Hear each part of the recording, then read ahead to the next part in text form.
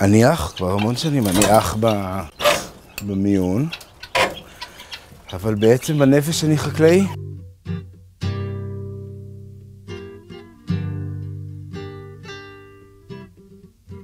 כשאתה קורא בעיתונים על התפרצות הר געש בסיציליה, על קבורתם של 2 כפרים שלמים בצ'ילי או בהודו,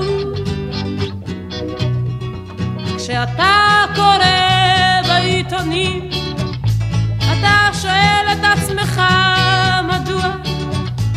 מדוע זה שווים העיקרים דווקא למדרונות אשר בגדו.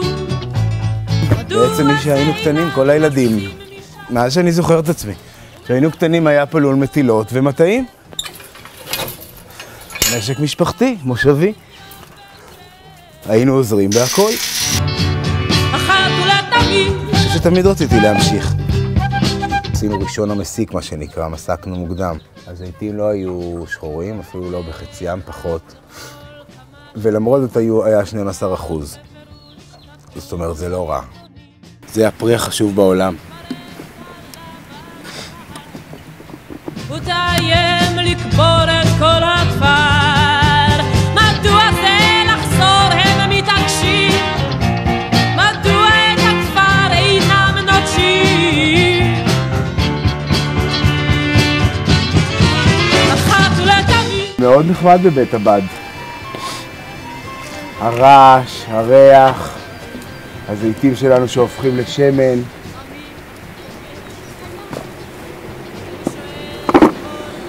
שווה לעבוד בשביל להחזיק את החקלאות בשביל הרגעים האלה. מתעקשים אתם לחיות בפתח הר הגן, הרי אפשר למצוא עוד בעולם פינות שקטות ללא עשן ורעש, ואדמה מוצקת וטובה שלא תרעד מתחת רגליכם. מדוע זה אינכם נסים מכאן ומחפשים מקום יותר בטוח שבו תוכלו סוף סוף לחיות בשקט אחת ולתמיד. לא יצא הרבה, אבל יצא מאוד איכותי. יצא שמן עז, טעם, ירוק, יפה, לטיבול, שמן חזק. ולא הרבה, אבל לא נורא, לנו זה מספיק.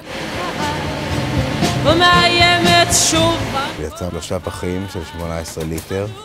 זה אתם כה מתעקשים, מדוע את הכפר אינכם נוטשים. אחת ולתמיד. האדמה שלנו, אני הייתי רוצה שתהיה כולה נטועה. מאוד הייתי שמח להגדיל את הכרם, אבל החקלאות זה לא רק המדיניות וזה לא רק השוק.